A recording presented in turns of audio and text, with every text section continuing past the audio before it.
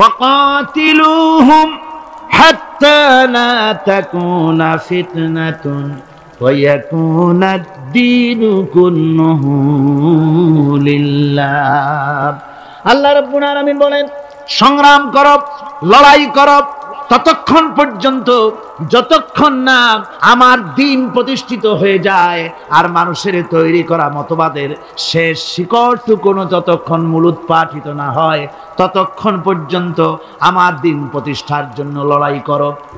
ও মুসলমানেরা, যারা মুসলমান এই লড়াই, এই জিহাদের দায়িত্ব যদি গ্রহণ না করে, মুসলমানেরা যদি ঈমানের এই দায়িত্ব কবুল না করে, আল্লাহর দ্বীন প্রতিষ্ঠার জন্য যদি সংগ্রাম না করে, রব্বুল আলামিন বলেন, ইল্লা তাফআলুহু তাকুন ফিতনাতুন ফিল আরদি ওয়া ফাসাদুন কাবীর। ইল্লা তাফআলুহু, যদি তোমরা তা না করো তাহলে মনে রেখে দিও বিরাট বিপর্যয়, ভাঙন, মুসিবতের সম্মুখীন তোমাদের হতে হবে। পৃথিবীর মুসলমানেরা, আজ আমরা এই দায়িত্ব পালন করছি না বলে আমাদের সামনে এই বিরাট মুসিবত এসেছে বিশ্ব জুড়ে, ঠিক কিনা কর? হযরতে মুসাকে ডেকে বললেন, মুসা রে, ভয় পাওয়ার কোনো কারণ নাই। প্রতিষ্ঠিত একটি সরকারের বিরুদ্ধে তোমাকে নামায় দিয়া ময়দানে তোমাকে আমি একা ছেড়ে দেই নাই। আমি আল্লাহ রাব্বুল আলামিন তোমার সাথে আছি। হাতের লাঠি ছেড়ে দাও। মুসা আলাইহিস সালাম লাঠি ছেড়ে দিলেন, লাঠি সাপ হয়ে গেল, হা করলো। জাদুকরদের তৈরি করা সমস্ত বাঘ, সিংহ, সাপ মুসা আলাইহিস সালামের লাঠি মার্কা সাপের পেটের মধ্যে গিয়া ঢুকলো। এটা ছিল মুসা আলাইহিস সালামের মুজিজা। হযরত দাউদ আলাইহিস সালামের মুজিজা ছিল, আল্লাহ রাব্বুল আলামিন তাকে মুজিজা দিয়েছিলেন, গলার সুন্দর আওয়াজ দিয়েছিলেন। তিনি যখন জাব্বুর শরীফ তেলাওয়াত করতেন, উড়ন্ত পাখিরা ওড়া বন্ধ করে চতুর্দিকে বসে আল্লাহর কালাম শুনতো। তিনি লোহা দিয়ে অস্ত্র তৈরি করতেন। অস্ত্র বানাবার সময় আগুন দিয়ে লোহা পোড়ায় অস্ত্র বানাতে হয়।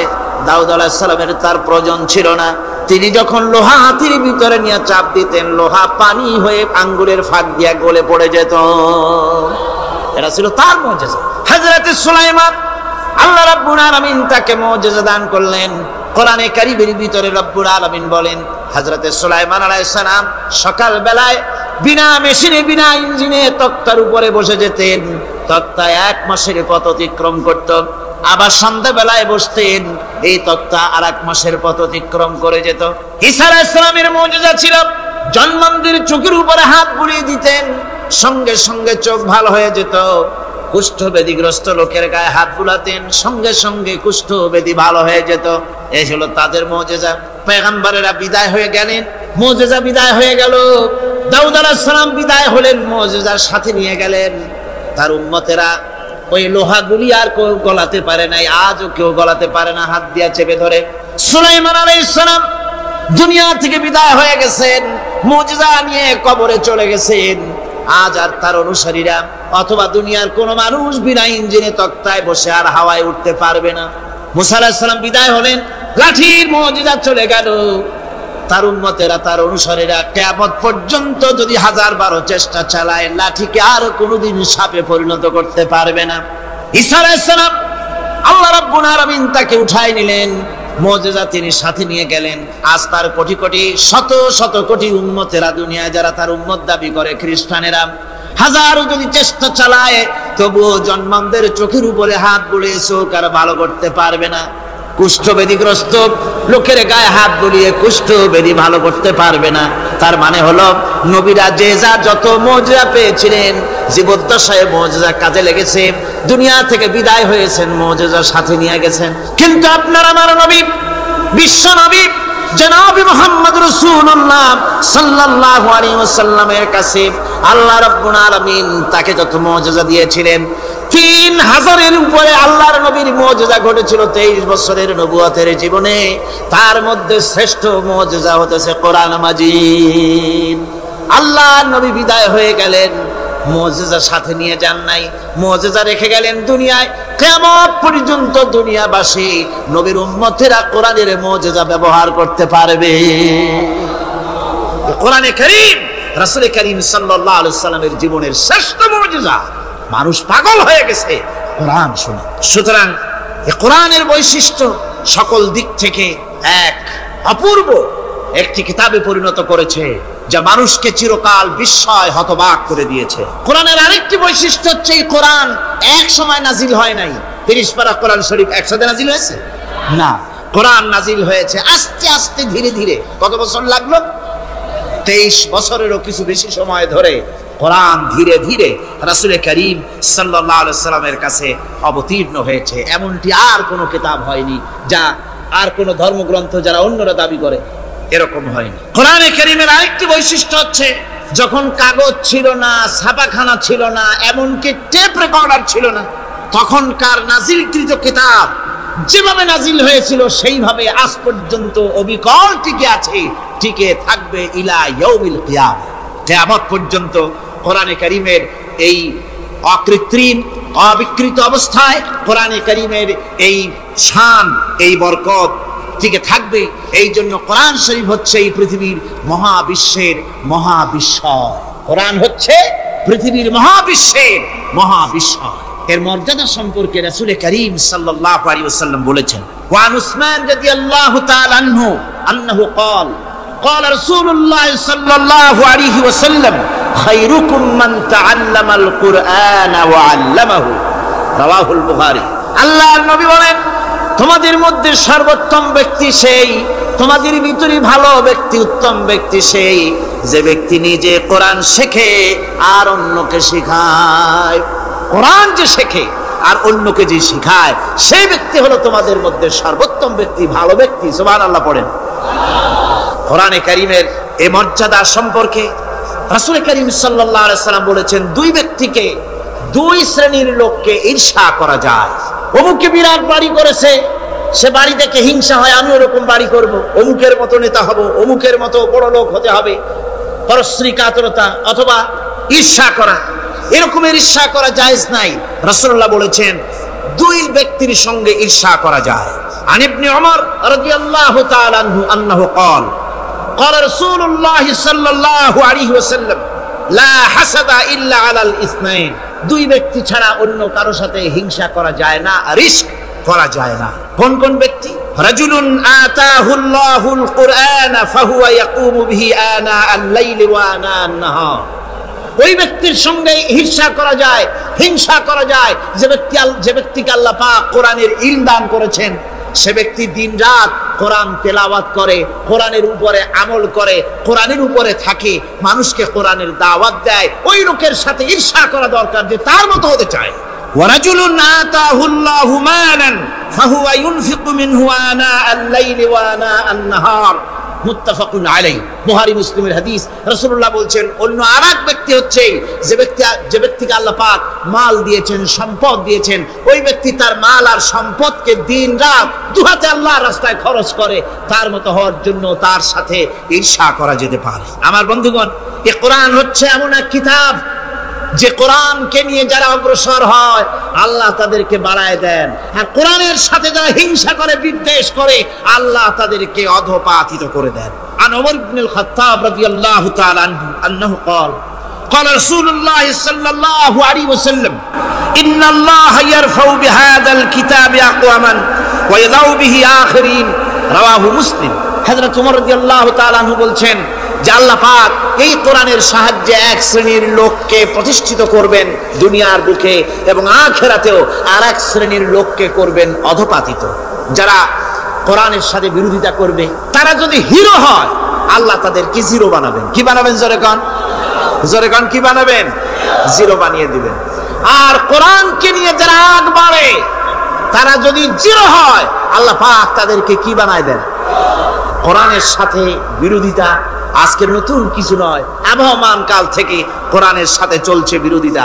বিশ্বকবি, কবি সম্রাট আল্লামা ইকবাল, আল্লাহ তাকে জান্নাতুল ফেরদাউস নসিব করুন, সবাই বলুন আমিন। আল্লামা ইকবাল বলেছেন, সতীজা কর রহা হ্যায় আসল সে তাইমরোজ, সতীজা কর রহা হ্যায় আসল সে তাইমরোজ, चरागे मुस्तफा में से शरारे बुलहबीस। মুহাম্মদ সাল্লাল্লাহু আলাইহি ওয়াসাল্লামের দ্বীপ শিখার সাথে, আল্লাহর দ্বীনের সাথে আবু জাহাল আবু লাহাবের অগ্নিস্ফুলিঙ্গের সংঘর্ষ আবহমান কাল থেকে লেগে এসেছে, কিন্তু ওদের এই অগ্নিস্ফুলিঙ্গের টক্কর লেগে মুহাম্মদ সাল্লাল্লাহু আলাইহি ওয়াসাল্লামের টিম টিম করে জ্বলে ওঠা এই প্রদীপটি প্রচন্ড ঝড়ো হাওয়ার মুখে, টর্নেডো আর গর্কির মুখে নিভে যায়নি, জ্বলছে, জ্বলবে কিয়ামত পর্যন্ত। এটাকে নিভাবার ক্ষমতা বিশ্বের কোনো মানুষের নাই। ফু দিয়ে কেউ যদি নিভাতে চায়, চেহারা শুদ্ধ, মাথা শুদ্ধ, পুড়ে ছাই হয়ে যাবে, কোরআনের আলোকে নির্বাপিত করতে পারবে না।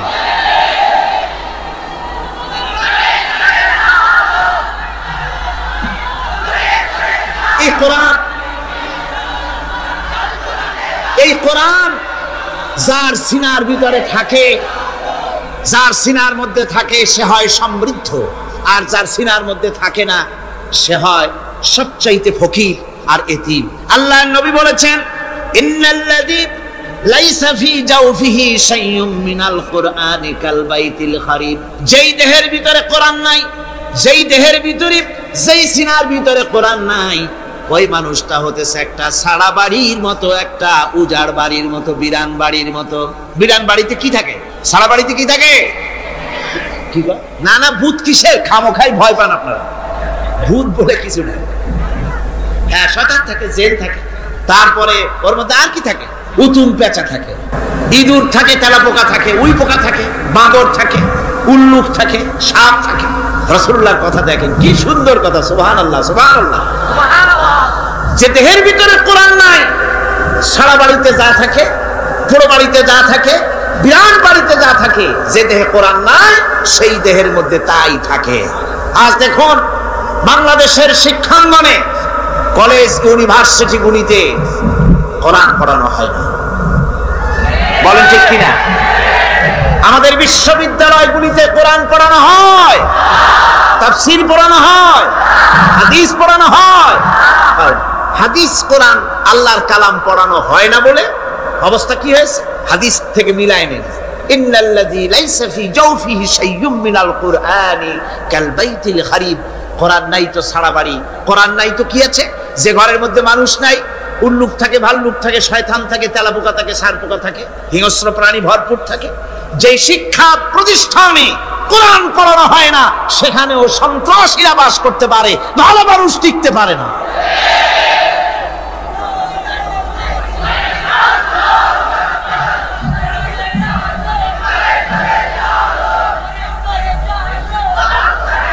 এই জন্য কোরআন যেখানে পড়া হয় না সেটা কবরের তুল্য, কোরআন যেখানে তেলাওয়াত হয় না সেটা কিসের তুল্য? কবরের তুল্য। আল্লাহর নবী বলেছেন, আনাবি হুরায়রা রাদিয়াল্লাহু তাআলা আনহু আন্নাহু ক্বাল ক্বালা রাসূলুল্লাহ সাল্লাল্লাহু আলাইহি ওয়াসাল্লাম লা তাজআলু বুয়ুতাকুম মাকাবির, রাওয়াহু মুসলিম। আল্লাহর নবী বলেন, তোমাদের ঘরগুলিকে তোমরা কবর বানায়ো না। অর্থাৎ যে ঘরের মধ্যে কোরআনে কারীম তেলাওয়াত হয় না সেটা কবরের সমতুল্য। কবরের সমতুল্য। আগে আমাদের ঘর সমূহে যখন ছোট ছিলাম তখন দেখতাম ঘরে ঘরে কোরআন তেলাওয়াত হতো, ঠিক না? প্রত্যেকটা ঘরের জানালা দিয়া সকালবেলায় আওয়াজ আসতো, আউযু বিল্লাহি মিনাশ শাইতানির রাজীম, বিসমিল্লাহির রাহমানির রহিম। তেলাওয়াতের আওয়াজ ভেসে আসতো। আজ আর এই অবস্থা নাই। আজ ভদ্রলোকের বাড়ির সামনে দিয়ে হেঁটে যাবেন, সকালবেলা কিসের তেলাওয়াত? জনমের ঘুম ঘুমায়, পাইকারি দরে ঘুমায়, ফজরের নামাজ নাই। শহরের অবস্থা, অধিকাংশ বাড়িতে ফজরের নামাজ হয় না। ডিসেন্টিনার মাধ্যমে, আগে তো ছিল শুধু বাংলাদেশের ছবি, ডিসেন্টিনার মাধ্যমে সারা পৃথিবীর শয়তানি আর বদমাশি ঘরে বসে গেলা যায়। উপকারিতা এবং অপকারিতা দুটোই আছে। নিউজ দেখা যায়, সাথে সাথে আবার নিউজের সাথে আরো বাজে কিছু দেখা যায়। এগুলো দেখতে দেখতে রাত শেষ হয়ে আসে, ঘুমায় জনমের মতো, এক ঘুমে বেলা 9টা আর 10টা। কিসের ফজরের নামাজ আর কি এর কোরআন শরীফ তেলাওয়াত করে। এরপরে উঠলো 9টা-10টার সময়, উঠে তারপরে গানের মাস্টার এসে গেছে। তখন ইতিমধ্যেই গানের মাস্টার এসে গেছেন। কি দুর্ভাগ্যজনক সত্য কথা, ইংরেজি যে টিচার পড়ান, অঙ্ক যে টিচার করান, সপ্তাহে 3 ঘন্টা পড়াবেন, বেতন 2500 টাকা। আর প্রতিদিন সকালবেলা এসে যদি কোনো মুসলমান, কোনো একজন মৌলভী সাহেব, হাফেজ সাহেবকে রাখেন কোরআন তেলাওয়াত করাবার জন্য, কোরআন পড়াবার জন্য সন্তানকে, প্রতিদিন আসতে হবে, প্রতিদিন 2 ঘন্টা পড়াতে হবে, আর মাসের শেষে বেতন 500 টাকা। কোরআনে কারীমের সাথে এই এই আচরণ। ও আমি বেশি বলে ফেলেছি। যাদের অভিজ্ঞতা আছে তারা বলছেন 200 টাকা। এরপরে অঙ্ক ইংরেজি তো কাজে লাগে, ভালো কথা। তারপরে গানের মাস্টার আসছেন, তিনি শেখাবেন কি? রবীন্দ্রসঙ্গীতের প্যানপ্যানানি, যা শুনলে পরে কানে ময়লা জমে যেতে পারে, যে গান শুনলে জীবিত মানুষ মৃত্যু হয়ে যায়। নজরুলের কথা শেখানো হবে না, তাহলে সেটা হবে সাম্প্রদায়িকতা। গানের মাস্টারকে, নাচের মাস্টারকে 5,000 টাকা, 10,000 টাকা পর্যন্ত বেতন দেওয়া হয়। এ জাতির জন্য আল্লাহর রহমত কেমনে আসবে? কি কারণে আসবে? কোরআনের সাথে এই বেয়াদবি আমরা করেছি। ঘরগুলিকে, আজকে আমাদের ঘরগুলিকে আমরা কবরস্থানে পরিণত করে দিয়েছি। কোরআন তেলাওয়াত হচ্ছে না। আমার বন্ধুগণ, কোরআন তেলাওয়াত করুন, বেশি বেশি তেলাওয়াত করুন, ঘরকে জীবিত করুন, সন্তানকে তেলাওয়াত করান, আপনি নিজেও তেলাওয়াত করুন। কোরআনে কারীম যারা তেলাওয়াত করবেন তাদের সম্পর্কে আল্লাহর নবী বলেন, মান কারাল কুরআনা ফাস্তাযহারাহু ফাহাল্লা হালালাহু ওয়া হারামা হারামাহু আদখালাহুল্লাহুল জান্নাহ। আল্লাহর নবী বলেন, যে ব্যক্তি কোরআন শরীফ তেলাওয়াত করবে এবং কোরআনের হালাল অনুযায়ী হালালকে মেনে চলবে, হারাম অনুযায়ী হারাম থেকে ফিরে থাকবে, এরকম কোরআনের উপরে যে তেলাওয়াত করবে আর আমল করবে, আল্লাহ রাব্বুল আলামিন কিয়ামতের দিন তাকে জান্নাতের ভিতরে প্রবেশ করাবেন। শুধু বেহেশতে যাবে না, ওয়াসাফাহু ফি আশরাতিন মিন আহলি বাইতিহি কুল্লুহুম কাদ ওয়াজাবাত লাহুন নার। নবীজি বলেন, এই কোরআনে কারীমের বরকতে কিয়ামতের দিন ওই ব্যক্তি তার রক্ত সম্পর্কিত 10 জন আত্মীয়ের ব্যাপারে সুপারিশ করার জন্য তৌফিক পাবে আল্লাহর দরবারে। এমন 10 ব্যক্তি, যেই 10 ব্যক্তির জন্য হিসাবের পরে জাহান্নাম ওয়াজিব হয়ে গিয়েছিল, এমন 10 ব্যক্তি সম্পর্কে কোরআনের তেলাওয়াতকারী আর আমলকারী আল্লাহর দরবারে সুপারিশ করার জন্য পারমিশন পাবেন। এমন নিয়ামত, সেই নিয়ামত থেকে আমরা বঞ্চিত হয়ে যাচ্ছি। আমি বলি না যে আপনারা কলেজ ইউনিভার্সিটিতে ছেলেদের পড়তে দিবেন না, আমি তা বলি না। তারা কলেজ ইউনিভার্সিটিতে বিলক্ষণ পড়াশোনা করুক, কিন্তু তাদেরকে কোরআন শরীফ শিখান। লক্ষ লক্ষ টাকা খরচ করলেন ছেলের পেছনে, কিন্তু কোরআন শিখালেন না। আপনি মরে গেলে আপনার জানাজাটা পড়বে, এ তৌফিকও সে পেল। জানাজার ইমামতি তো দূরের কথা, জানাজার নিয়ত জানে না, পাক পবিত্রতা জানে না। বাপ মরে গেছে, সে তখন ছিল মার্কেটে, শুনলো বাপ মরছে, তাড়াতাড়ি জানাজায় শরীক হতে হবে। প্যান্টও পাক নাই, যেহেতু পেশাবের যখন বেগ এসেছিল দেওয়ালের পাশে দাঁড়াইয়া কাম সারছে, দোয়া মোছার কাম নাই, মাথায় টুপি নাই, নাক মোছা রুমাল ছিল পকেটের, রুমালটা মাথায় দিয়া দাঁড়ায় গেল। আল্লাহু আকবার। বাপের কপালে যা আছে তাই হোক। তারপরে বাপ মরে গেছে, কান্না শুরু করেছে। যেদিন মরছে সেদিন কাঁদতেছে, পরের দিনও একটু মুখ মলিন কান্দে। নাম বল্টু মিয়া। তার আবার এক বন্ধু আছে, তার নাম শান্তু মিয়া। শান্তু মিয়া বলছে, মিয়া বল্টু কান্দো কেন? বাপ মরে গেছে। এগুলো বাঁচে নাকি? এগুলো মরেই যায়। আমার একটা ছিল, ওটাও মরছে। চিরকাল কারো বাপ থাকে, সুতরাং এত মন খারাপ কেন? আসো, ইন্ডিয়া থেকে ভালো একটা বই আসছে, সেটা দেখে এত আনন্দ পাবে। বাপ তো বাপ, 14 গোষ্ঠী মরলেও মনের দুঃখ মুছে যাবে। এরপরে বাড়ি এনে তাকে সিনেমার ছবি দেখানো হলো। ছবি সে দেখলো, ফেরার সময় বাপের কবরের কাছ থেকে যাওয়ার সময় দাঁড়িয়ে গেল ক্ষণিকের জন্য। আরে বাপ, বিদায় হয়ে গেলা, কি দেব তোমার? কিছু তো নাই আমার কাছে, তাই সারা রাত ধরে যা কিছু দেখলাম এগুলি তোমার আমলনামায় দিয়ে গেলাম। জোরে কর নাউযুবিল্লাহ। আমি সমস্ত পিতাদেরকে বলতে চাই, সন্তানদেরকে কোরআন শিখান, কাজে লাগবে। কোরআন শিখালে কাজে লাগবে। কোরআন শরীফ মুখস্থ করেন, বেশি করে মুখস্থ করেন কোরআনে কারীম, আপনার ফায়দা হবে। হযরত ওমর রাদিয়াল্লাহু তাআলা আনহু বর্ণনা করছেন যে রাসূল কারীম সাল্লাল্লাহু আলাইহি ওয়াসাল্লাম বলেছেন, ইউকালু লিসাহিবিল কুরআনি ইকরা ওয়ারাত্তিল কামা কুনতা তুরাত্তিলু ফিদ দুনিয়া।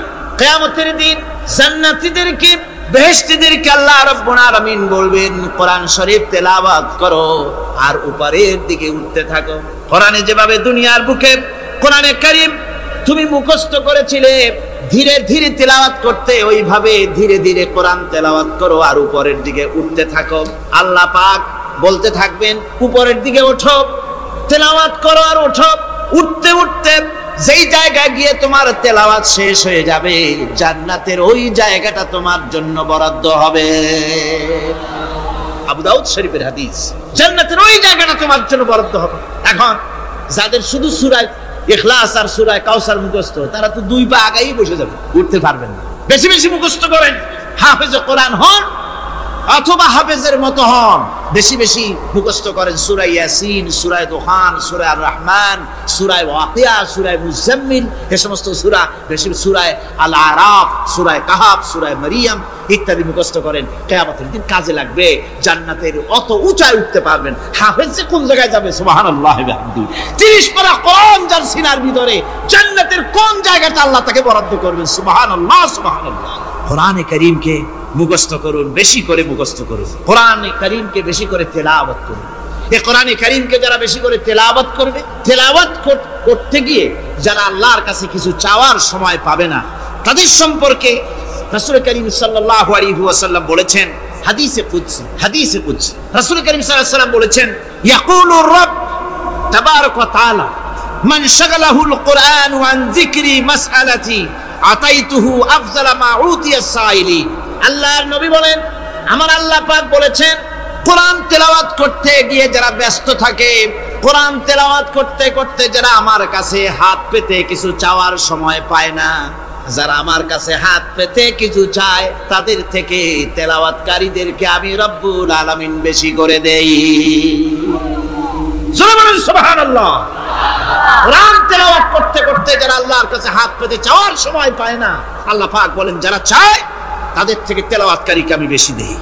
আমার বন্ধুগণ, শুধু তাই নয়, এই কোরআনে কারীম যারা তেলাওয়াত করবে, আমল করবে, কিয়ামতের দিন তার মা বাবার মাথার উপরে আল্লাহ রাব্বুল আলামিন, আবু দাউদ শরীফের হাদিসে এসেছে, তার মা বাপের মাথার উপরে নূরের টুপি পরিধান করানো হবে। এমন নূরের টুপি, এমন নূরের তাজ পরানো হবে, চন্দ্র সূর্যের আলোকে ম্লান করে দেবে। হাসরবাসীরা প্রশ্ন করবেন, এ লোকটি কে? কোন ফেরেশতা নাকি বলে না, কোন নবী নাকি বলে না, তবে কি ইনি কে? জবাব হবে, তিনি হচ্ছেন সেই ব্যক্তি যিনি তার সন্তানদেরকে কোরআন শিখিয়েছিলেন। কোরআন শিখানোর কারণে আল্লাহ রাব্বুল আলামিন আজ তার মা বাপের মাথার উপরে নূরের টুপি পরিধান করে হাসরের ভিতরে মর্যাদা দিলেন। কিয়ামতের দিন দুনিয়া মর্যাদা পাওয়া যাবে, আখিরাতেও মর্যাদা পাওয়া যাবে যদি কোরআনে কারীমকে তেলাওয়াত করা যায়, আমল করা যায়, বোঝা যায়, তাহলে এই সমস্ত নিয়ামত আল্লাহ পাক দান করবেন। সুতরাং এই এত বড় নিয়ামত থেকে আমরা যেন কেউ বঞ্চিত হয়ে না যায়। কোরআন হচ্ছে এমন এক কিতাব যার তাফসীর লেখা হয় নাই। পৃথিবীতে এমন কোনো ভাষা নাই, পৃথিবীর উল্লেখযোগ্য সবগুলি ভাষায় কোরআনে কারীমের তাফসীর লেখা হয়েছে, কিন্তু কোন মুফাসসির আজ পর্যন্ত কথা বলেন নাই যে আমি যে তাফসীর লিখছি এর চাইতে ভালো তাফসীর আর কেউ লিখতে পারেও না আর পারবেও না, এটা শেষ, আর তাফসীর লেখা লাগবে না। এ কথা কেউ বলতে পেরেছে? জোরে বলেন, পেরেছে? পারে নাই। তার কারণ কি? আল্লাহ রাব্বুল আলামিন বলেন, কুল লাউ কানাল বাহরু মিদাদান লিকালিমাতি রাব্বি লানাফিদাল বাহরু ক্বাবলা আন তানফাদা কালিমাতু রাব্বি ওয়ালাউ জিনা বিমিসলিহি মাদাদা। আল্লাহ পাক বলেন, নবী আপনি বলুন, আমার রবের কথাগুলি লেখার জন্য যদি সমুদ্রের পানিগুলি, সমুদ্রের সমস্ত পানিগুলি যদি কালিতে পরিণত হয়ে যায়, আর আমার রবের কথাগুলি যদি লেখা শুরু হয়ে যায়, আমার রবের কথাগুলি লেখার পূর্বে সমস্ত সমুদ্রের পানিগুলি শেষ হয়ে যাবে।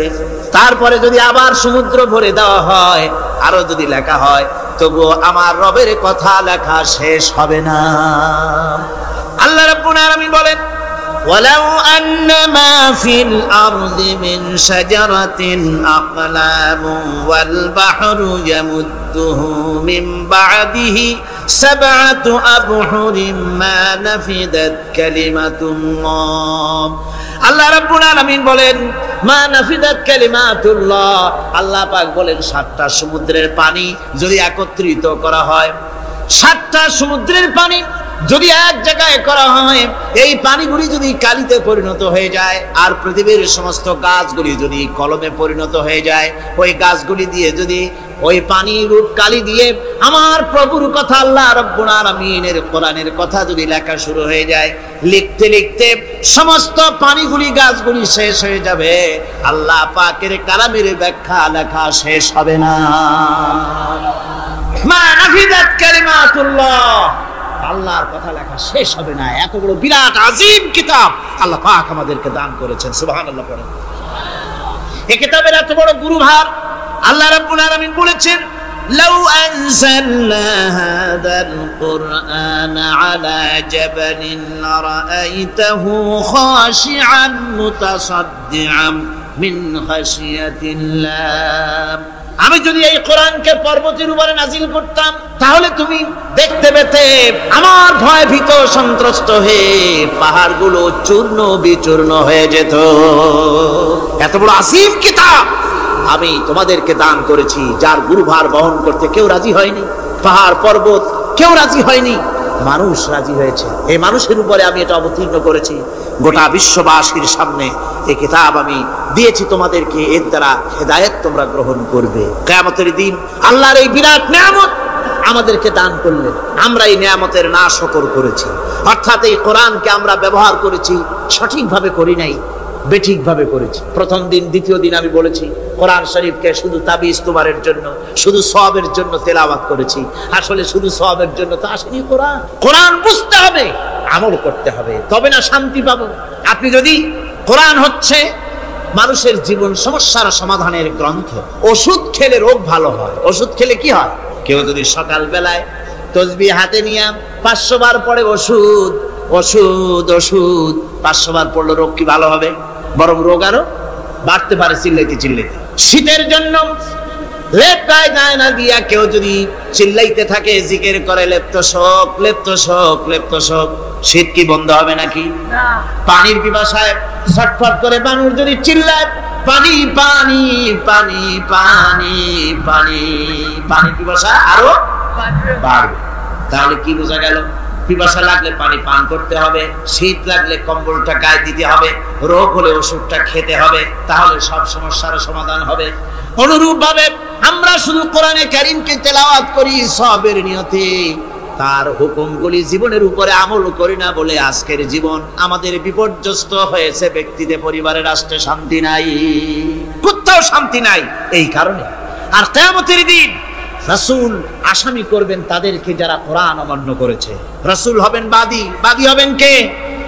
যারা বলেন কে বাদী হবে? রাসূল। আসামি হবে কারা? যারা কোরআন ছেড়ে দিয়েছে। আল্লাহ রাব্বুল আলামিন বলেন, وقال الرسول يا رب إن قومي اتخذوا هذا القرآن مهجورا। কিয়ামতের দিন রাসূল আল্লাহর দরবারে ফরিয়াদ করবেন, আয় আমার রব, আয় আমার আল্লাহ তাআলা, এই সমস্ত লোকগুলি তোমার কালামকে, তোমার কোরআনকে অপ্রয়োজনীয় জিনিসগুলি তারা পরিত্যাগ করেছিল। কোরআনকে অপ্রয়োজনীয় মনে করেছে, কোরআনের সাথে ঠাট্টা করেছে, বিদ্রুপ করেছে, কোরআন শিক্ষা ভিক্ষার ঝুলি, শেখার বুলি মনে করেছে, কোরআনের কোনো মূল্য দেয় নাই, কোরআনের কোনো দাম দেয়নি, কোরআনের সাথে ঠাট্টা করেছে, কোরআনের আইনের সাথে ঠাট্টা করেছে, বিদ্রুপ করেছে। আমাদের দেশে শিক্ষাবিদ, চিন্তাবিদ, বুদ্ধিজীবী নাম ধরনের নামধারী এক শ্রেণীর লোকেরা কোরআনের সাথে সরাসরি বেয়াদবি করেছে। আহমদ শরীফ বলেছে পরকাল নাই, আল্লাহ বলছেন পরকাল আছে। আর আহমক, আহমদ তো না, ওটা কি? এই আহমক, সে বলেছে পরকাল নাই, বিবাহ মানি না, কবর আযাব মানি না, কিয়ামতের দিন বিচার হবে তাও মানি না, অস্বীকার করেছে। এটাকে নিয়ে ঠাট্টা করেছে। আহমদ শরীফ লিখেছেন নিজে যে আল্লাহ বলতে কেউ নাই, মানুষ তাকে চিন্তা করে সৃষ্টি করেছে, স্রষ্টা বলতে কেউ নাই। তারপরে আর একটা মেয়ে লোক, আমি ওটার নাম নিতে ঘৃণা বোধ করি, এটি হচ্ছে চরম ধর্মদ্রোহী, রাষ্ট্রদ্রোহী, নাস্তিক, জাহান্নামের কীট, ডাস্টবিনের আবর্জনা। এই মেয়ে লোকটি বলেছে, তার বইতে লিখেছে বেহেশত হচ্ছে এক অসভ্য উদ্যান। কোরআন শরীফে আল্লাহ পাক বলেছেন আমলে সালেহ যারা করবে, নবীরা, ওলিরা, সিদ্দিকিন, শুহাদা সব যাবে জান্নাতে। আর সেই জান্নাতকে এই হাবিসা, এই নিকৃষ্ট ধর্মদ্রোহী, রাষ্ট্রদ্রোহী মহিলা, এই সে বলেছে বেহেশত হচ্ছে এক অসভ্য উদ্যান। পৃথিবীর অতৃপ্ত বহুগামী পুরুষেরা তাদের থাকার জায়গা হবে ওই বেহেশতের মধ্যে। যেরকম নাউজুবিল্লাহ। এই মেয়ে লোকটি সমগ্র নারী জাতির কলঙ্ক।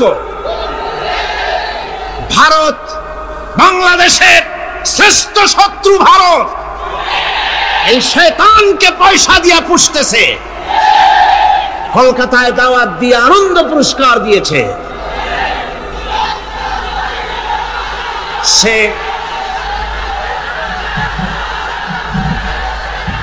তার বইয়ের মধ্যে কত বড় নির্লজ্জই মেয়ে, বইয়ের মধ্যে লিখছে বাসে বসে আমি যখন দেখি ছেলেরা পেশাব করার জন্য বাস থামলি বাসের থেকে নেমে দেওয়ালের পাশে গিয়ে প্যান্টের বোতাম খুলে পেশাব করে, আর মেয়েরা চুপ করে বসে থেকে পেশাবের যন্ত্রণা নিয়ে কষ্ট পায়, আমি আনন্দ পাবো সেই দিন যেদিন মেয়েরাও বাস থেকে নেমে দেওয়ালের পাশে দাঁড়িয়ে পেশাব করতে পারবে।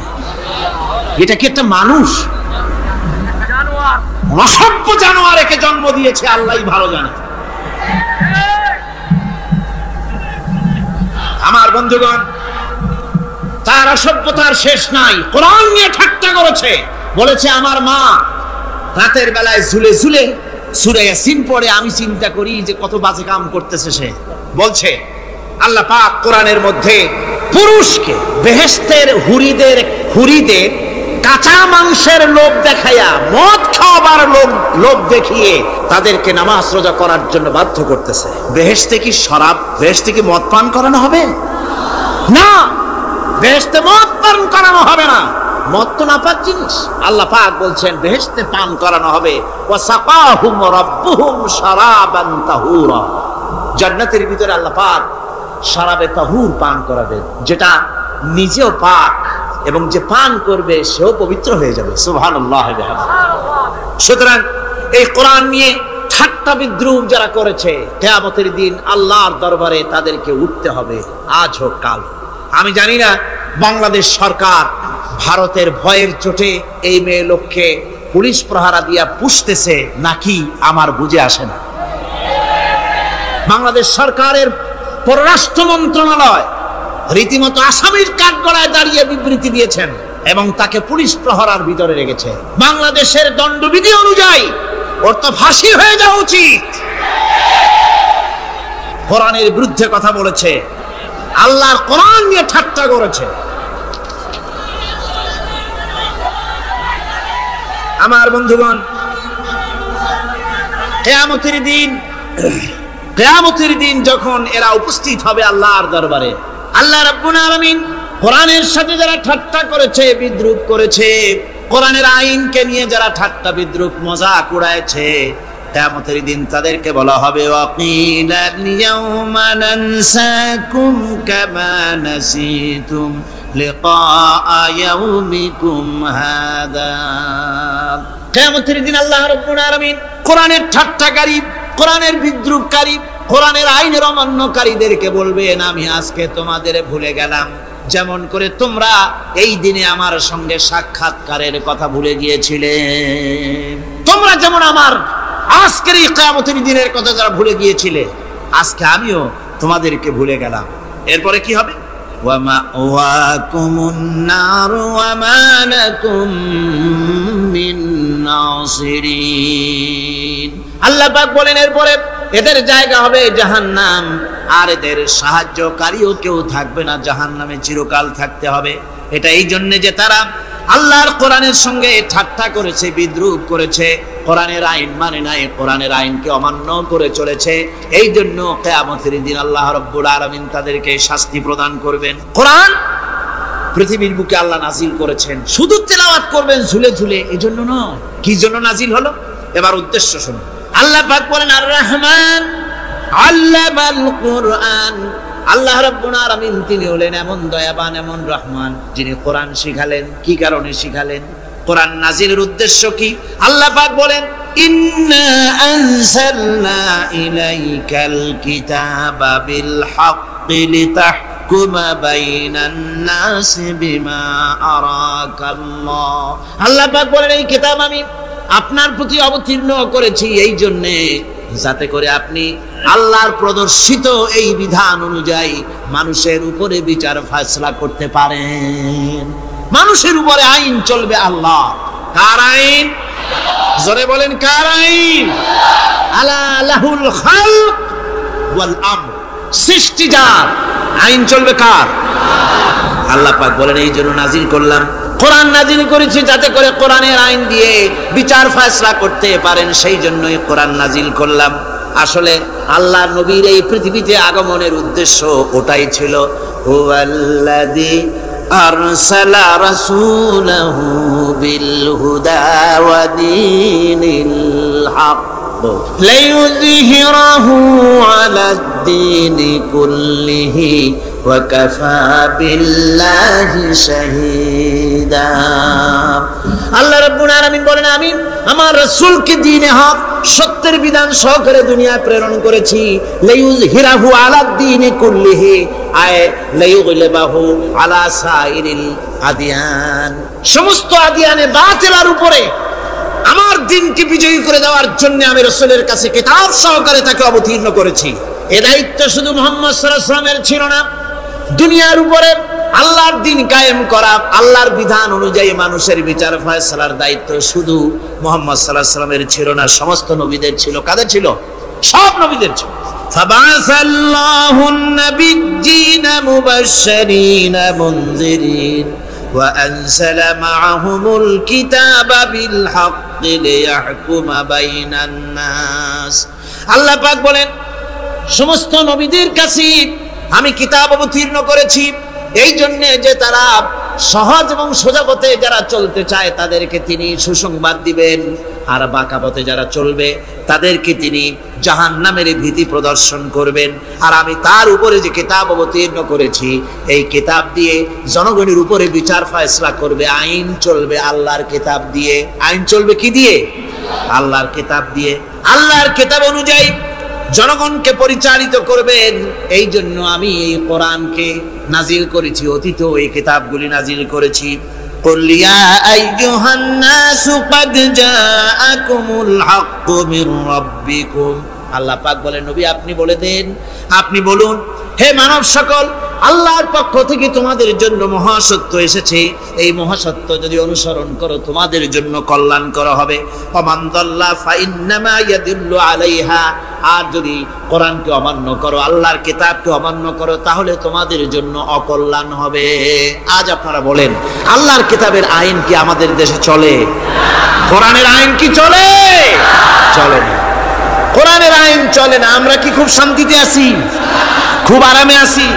শ্রমিকরা তাদের শ্রমের মূল্য পায়, কৃষক তার উৎপাদিত পণ্যের সঠিক দাম পায়, নারী তার সতীত্বের মর্যাদা পায়, জনগণ কি আরামে ঘুমাতে পারে না? জনগণ রীতিমতো দুবেলা পেট পুরে সমস্ত জনগণ খেতে পারে। এর একমাত্র কারণ হচ্ছে কোরআনের আইনকে অমান্য করা হয়েছে। ভালো করে কান পেতে শুনুন, আল্লাহ রাব্বুল আলামিন কোরআনে কারীমের মধ্যে পরিষ্কার করে বলেছেন ওয়া মান লাম ইয়াহকুম বিমা আনজালাল্লাহু ফাউলাইকা হুমুল কাফিরুন। যারা নাকি আমার দেওয়া বিধান অনুযায়ী, কোরআন অনুযায়ী যারা বিচার ফয়সালা করে না, ফাউলাইকা হুমুল কাফিরুন, ফাউলাইকা হুমুজ জালিমুন, ফাউলাইকা হুমুল ফাসিকুন। যারা আমার দেওয়া বিধান অনুযায়ী বিচার ফয়সালা করে না তারা কাফির, তারা জালিম, তারা ফাসিক। সুতরাং এর ভিতরে এই জুলমের মধ্যে জালিমদের অন্তর্গত, ফাসিকদের অন্তর্গত হয়ে বাংলাদেশের বহু মুসলমান, পৃথিবীর বহু এলাকার মুসলমান এর মধ্যে লিপ্ত হয়ে আছে। কোরআনের আইন চালু না করলে পরে, কোরআনের আইন না মানলে পরে জালিম হতে হবে, কাফির হতে হবে, ফাসিক হতে হবে। অর্থাৎ যতখানি না মানবেন ততখানি এই বিশেষণে বিভূষিত হতে হবে। এক শ্রেণীর লোক আছে যারা বলে বেড়ান ধর্ম আর রাজনীতি আলাদা। বলেন কিনা? কর জোরে বলেন, বলে কিনা? ধর্ম আর রাজনীতি আলাদা। তারা বলেন আমরা ধর্ম নিরপেক্ষ থাকতে চাই। তারা কি থাকতে চায়? ধর্মনিরপেক্ষ থাকতে চায়। কোরআনে কারিমে এই ধর্মনিরপেক্ষবাদীদের ব্যাপারে কোরআন কি বলছে শুনুন। আল্লাহ রাব্বুল আলামিন বলেন, আলাম তারা ইলাল্লাযীনা ইয়াজউমুনা আন্নাহুম আমানু বিমা উনজিলা ইলাইকা ওয়া মা উনজিলা মিন ক্বাবলিক। আল্লাহ পাক বলেন, হে নবী, তুমি কি সেই সব লোকদেরকে দেখেছ যারা দাবি তো করে যে আমরা আল্লাহর উপর ঈমান এনেছি আর এই কিতাবের উপর ঈমান এনেছি, এর পূর্বে যত কিতাব নাজিল হয়েছে সেসব কিতাবের উপরেও ঈমান এনেছি। ধর্মনিরপেক্ষবাদীরা তারা তো বলে না যে আল্লাহ মানি না, কোরআন মানি না, একথা বলে না, ওটা বলে না। কি বলে? সেই বলা কথাটাই আল্লাহ এখানে অনেক আগে বলে রেখেছেন। ওরা বলে যে আমরা অবশ্যই আল্লাহকে মানি, আল্লাহর কিতাব মানি, এর পূর্বে যত কিতাব নাজিল হয়েছে সেগুলোও মানি, তবে ইউরিদুনা আইয়াতাহাকামু ইলাত তাগুত, তারা চায় তাদের জীবনের সমস্ত সমাধান সমস্যার জন্য তাগুতের কাছে যেতে চায়। তাগুতকে, আল্লাহকে বাদ দিয়ে তারা যেতে চায় কোথায়? তাগুতের কাছে। জোরে বলেন, কিসের কাছে যেতে চায়? তাগুতের কাছে। তাগুত বলে কারে? তাগুত বলা হয় যে নিজে আল্লাহর আইন মানে না এবং অপরকেও আল্লাহর আইন অমান্য করতে বাধ্য করে, তাকে বলা হয় তাগুত। ওরা বলে ধর্ম আর রাজনীতি আলাদা, কোরআন মানি কিন্তু কোরআনের আইন মানি না। ওরা কোরআন মানে ঠিকই, বলে যে কোরআন মানি, কিন্তু কোরআনের আইন মানে। তাহলে এ মানি বলার অর্থটা কি? এর মূল্যটা কোথায়? কোরআন যদি মানো তো কোরআন বলেছে সুদ খেও না, আমাদের দেশে সুদ চলছে না? কোরআন বলেছে বিবিকে পর্দায় রাখো, পর্দায় কি রাখা হচ্ছে? কোরআন বলেছে ওজনে কম দিও না, তা কি মানা হচ্ছে? কোরআন বলেছে আমার আইন দিয়ে দেশ শাসন করো, তা কি করা হচ্ছে? সুতরাং ধর্মনিরপেক্ষ মতবাদ যেটা, এই মতবাদটা কোরআনের দৃষ্টিতে কুফরি মতবাদ। ধর্মনিরপেক্ষ মতবাদ কি? জোরে বলেন, ধর্মনিরপেক্ষ মতবাদ কি? কোন মুসলমান, যে ব্যক্তি নিজেকে মুসলমান বলে দাবি করে, ধর্মনিরপেক্ষ মতবাদ সে বিশ্বাস করতে পারে না, জায়েজ নাই, হারাম। আফাতুমিনুনা বিবাদিল কিতাব ওয়া তাকফুরুনা বিবাদ, তোমরা কোরআনের কিছু অংশকে মেনে নিবে আর কিছু অংশকে করবে অস্বীকার। এটা যদি করো দুনিয়ার জীবনে পাবে দুনিয়ার জীবনে জিল্লতি আসবে, লাঞ্ছনা আসবে, আর কিয়ামতে পাবে জাহান্নামের শাস্তি। সুতরাং ধর্মনিরপেক্ষ মতবাদের অর্থ তারা বলে যে ধর্মহীনতা নয়, আসলে কিন্তু ধর্মনিরপেক্ষ মতবাদের অর্থই হলো ধর্মহীনতা। ঠিক কিনা কোন? জোরে বলেন ঠিক কিনা? এই ধর্মনিরপেক্ষ মতবাদ আমাদের দেশের জন্ম হয় নাই, এর জন্ম হয়েছে ইউরোপ সভ্যতায়। প্রাচীন ইউরোপ সভ্যতায় এর জন্ম হয়েছিল, সেখান থেকে তার আন্ডা বাচ্চা ভারতে এসেছিল। ভারত থেকে এই আন্ডা বাচ্চার কিছু অংশ 1972 সালে তদানীন্তন সরকারের মাথার উপরে ভারত চাপিয়ে দিয়েছিল। সেই ধর্মনিরপেক্ষ মতবাদ 1972 সনের সংবিধানে লেখা হলো, কিন্তু 1982 সনে যখন সংবিধান আবার অ্যামেন্ডমেন্ট করা হলো, তখন ধর্মনিরপেক্ষতার কপালে ঝাঁটা মেরে বিদায় করা হয়েছে। বাংলাদেশে ধর্মনিরপেক্ষ মতবাদ চলতে পারে না। ধর্মনিরপেক্ষ মতবাদের কথা আমাদের দেশে তারাই বলে যারা 72 সনে ক্ষমতায় ছিলেন। তারা ধর্মের সাথে কি ব্যবহার করেছেন আমরা ভুলে যাই নাই, আপনারা ভুলে গেছেন। 1972 সনে দেশের সমস্ত বিশ্ববিদ্যালয়ের মনোগ্রাম থেকে ইকরা বিসমি রাব্বিকাল্লাযী খালাক রাব্বি জিদনি ইলমা, কোরআনে কারীমের আয়াতকে বিদায় করে দেওয়া হয়েছিল। শাসনতন্ত্রের শিরোনামে বিসমিল্লাহকে গ্রহণ করা হয় নাই। শুধু তাই নয়, কোরআনে কারীম যেখানে তেলাওয়াত করা হয় তখনকার সময় রেডিওতে, টেলিভিশনে, ওই 72 থেকে 3 বছর, এবং এখনো সেই দলটি মিটিং করতে গিয়ে, কোনো জায়গায় কিছু করতে গিয়ে আগে কোরআন শরীফ, তারপরে গীতা, তারপরে বাইবেল, এগুলি হচ্ছে মুনাফিকের লক্ষণ। কিসের লক্ষণ? যেখানে যেই টেবিলে, যেই মঞ্চে কোরআন তেলাওয়াত হয়, বাইবেল গীতা পড়া হারাম, পড়া হতে পারে না। কোরআনের চাইতে শ্রেষ্ঠ কিতাব আল্লাহর দুনিয়া আছে? সমস্ত কিতাবকে রাদ করেছে কোরআন। হযরত ওমর রাদিয়াল্লাহু তাআলা রাসূল করিম সাল্লাল্লাহু আলাইহি ওয়াসাল্লামের কাছে গিয়ে তাওরাতের একটা পাতা পড়তেছি। হযরত আবু বকর রাদিয়াল্লাহু তাআলা আনহু সেখানে চলে এলেন। এসে দেখেন রাসূল করিম সাল্লাল্লাহু আলাইহি ওয়াসাল্লামের চেহারা মোবারক লাল হয়ে গিয়েছে গোসায়। হযরত আবু বকর বললেন, ওমর তুই যদি এর থেকে মরে যেতিস, তুই যদি এর থেকে মরে যেতিস, তুই যদি এর থেকে মরে যেতিস। তিনবার বললেন। হযরত ওমর শিউরে উঠলেন, হতচকিত হয়ে উঠলেন। আবু বকর আমাকে মরার কথা বলছেন কেন? তিনি তাকিয়ে দেখেন রাসূল করিম সাল্লাল্লাহু আলাইহি ওয়াসাল্লামের চেহারা মোবারক গোসায় লাল।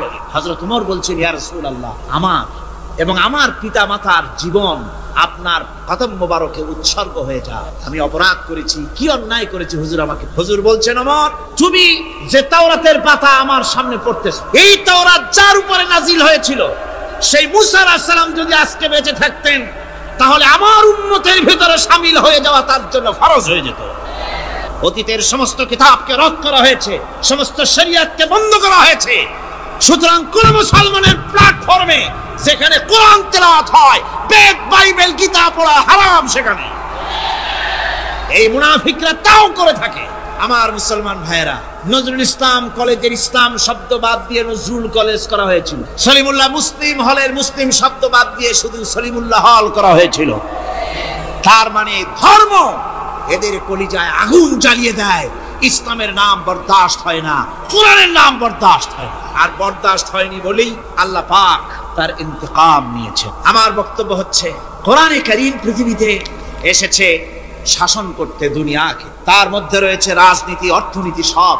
এই বিচার ফয়সালা কোরআন থেকে যারা গ্রহণ করে না, রাসূলকে যারা বিচারক মানে না, তাদের সম্পর্কে আল্লাহ পাক কি বলছেন শুনুন। ফালা ওয়া রাব্বিকা লা ইউমিনুনা হাত্তা ইউহাক্কিমুকা ফীমা শাজারা বাইনাহুম সুম্মা লা ইয়াজিদু ফি আনফুসিহিম হারাজাম মিম্মা কাদাইতা ওয়া ইউসাল্লিমু তাসলিমা। আল্লাহ রাব্বুল আলামিন বলেন, ফালা ওয়া রাব্বিক, কখনো নয় হে নবী, আপনার রবের কসম, কখনোই নয়। ওরা মুমিন নয় যারা নাকি তাদের জীবনের সব কিছুর ব্যাপারে যতক্ষণ পর্যন্ত আপনাকে বিচারক না মানে, আপনার দেওয়া ফয়সালাকে গ্রহণ না করে, এবং আপনি বিচার করার পর ফয়সালা দেওয়ার পরে এটার উপরে দ্বিধাহীন চিত্তে মেনে যতক্ষণ না নিবে, ততক্ষণ পর্যন্ত তারা যত ঈমানের দাবি করুক, তারা আসলে মুমিন না। এ ফতোয়া কার? এ ফতোয়া কার?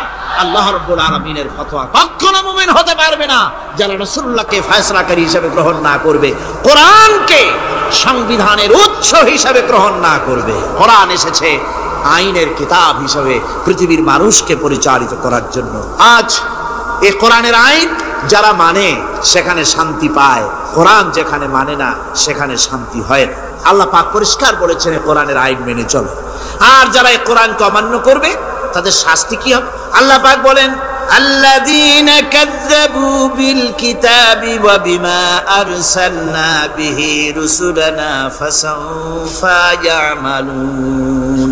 আল্লাহ পাক বলেন, আমি যে কিতাব নাজিল করেছি, এই কিতাবকে যারা মিথ্যা মনে করে, কিতাবকে যারা অস্বীকার করে, কোরআনের আইন যারা মানে না, আমি যে রাসূলের উপরে যা নাজিল করেছি সেগুলির উপরে যারা ঈমান আনে না, এগুলিকে যারা মানে না, তাদের জন্য এর পরিণতি তারা খুব শীঘ্রই টের পাবে।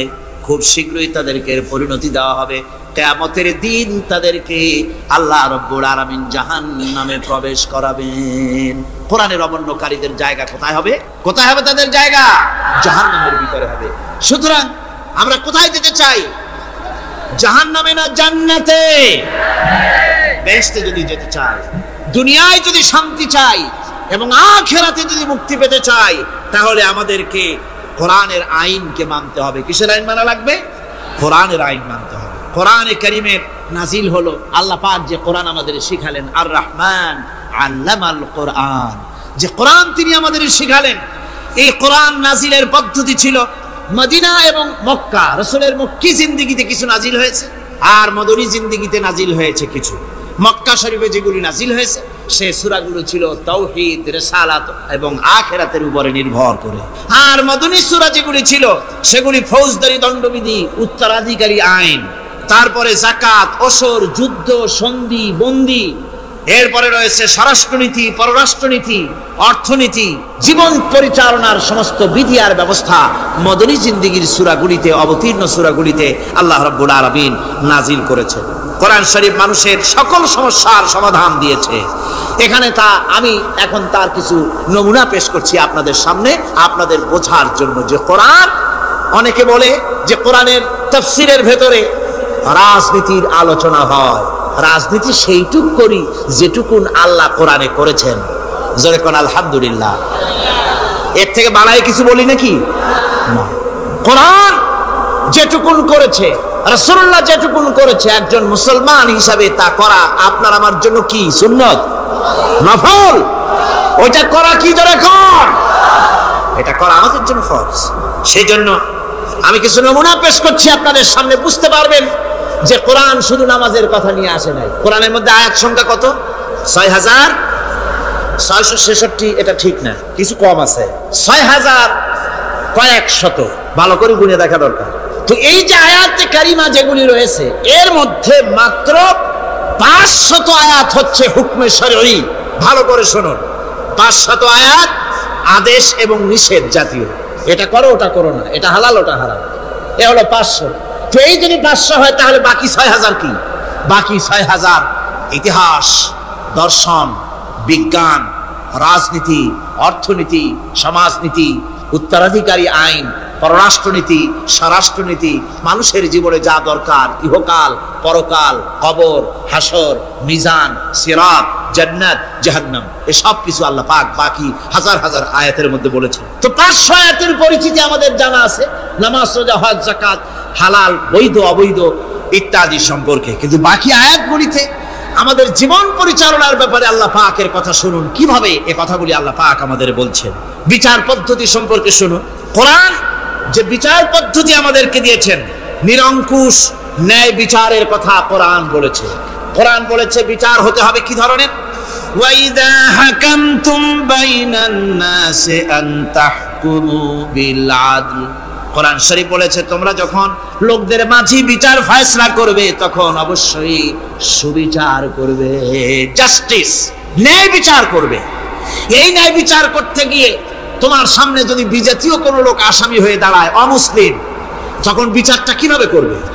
কোরআনে কারীম বলছি, ওয়ালা ইয়াজরিমান্নাকুম শানাআনু কওমিন আলা আল্লা তা'দিলু। কোন বিশেষ শ্রেণীর বিচার কাজ করতে গিয়ে, কোন বিশেষ শ্রেণী বা জাতির বিচার কার্য পরিচালনা করতে গিয়ে তাদের প্রতি বিদ্বেষ যেন তাদেরকে, তুমি যেন জুলুম করে না বসো, তখন যেন তুমি ইনসাফ করতে পারো, তাদের উপরে জুলুম করবে না। সে যদি তোমার জাতের লোক না হয়, বিচার করতেছে তুমি, বিচারক হিসাবে সঠিক বিচার করবে, বিচারের মানদণ্ডকে কখনো হেলাদোলা করবে না, ভালো সুবিচার করবে। এটা হচ্ছে কোরআনে কারীমের কথা। আর আত্মীয় স্বজনের বিচার সম্পর্কে বলা হচ্ছে যে তোমরা বিচার নিয়ে, সুবিচার নিয়ে তোমরা দাঁড়াও, দণ্ডায়মান হও, সুবিচার নিয়ে মুসলমানেরা তোমরা যখন বিচার করবে, তখন এই বিচার করতে গিয়ে ওয়ালাউ আলা আনফুসিকুম আবিল ওয়ালিদাইনি ওয়াল আকরাবিন, সে যদি তোমার নিজের বিরুদ্ধেও যায় বিচার, তা যদি তোমার সন্তান সন্ততি, ভাই ব্রাদার, মা বাপ ইত্যাদির বিরুদ্ধেও যদি চলে যায়, ইয়াকুন গানিয়ান আও ফাকিরান, যদি সে গরিব হয়, যদি সে ধনীও হয়, বিচারের বেলায় কোনো রকম তারতম্য করবে না, আপন হোক পর হোক, বিচার করতে হবে সঠিক। এটা কার কথা? আল্লাহর। জোরে বলেন, কার কথা? পৃথিবীর কোন ধর্মগ্রন্থ কথা বলেছে? পৃথিবীর কোন জাতি কথা বলেছে? কোরআন বলেছে এই সুবিচারের কথা। সুবিচার করতে হবে, বিচারের বেলায় খবরদার আপন পর এবং কোন ধর্মের লোক এই চিন্তা করতে যেও না। কোরআনে কারীমের রয়েছে, কোরআনে কারীমের মধ্যে রয়েছে ফৌজদারি দণ্ডবিধি, জুডিশিয়াল ল, ফৌজদারি দণ্ডবিধি। এখানে একটা কথা বলে নিতে হয়, আল্লাহর আইন, মূল কথাটা কি? আল্লাহর আইন। আল্লাহর আইনের কথা শোনা মাত্রই এক শ্রেণীর লোকেরা মনে করে আল্লাহর আইন মানেই হলো হাত কাটা, আল্লাহর আইনের অর্থই হলো গলা কাটা, আল্লাহর আইনের অর্থই হলো দৌড়া মারা। এটা একটা বাজে কথা। আল্লাহ পাকের আল্লাহ কি এইরকম একটা বদমেজাজি দারোগার মতো আল্লাহ, যে মানুষ পাইলেই খালি পিটাবে আর হাত কাটবে? এটা কথা হলো? হাত কাটা, গলা কাটা, এটা কখন?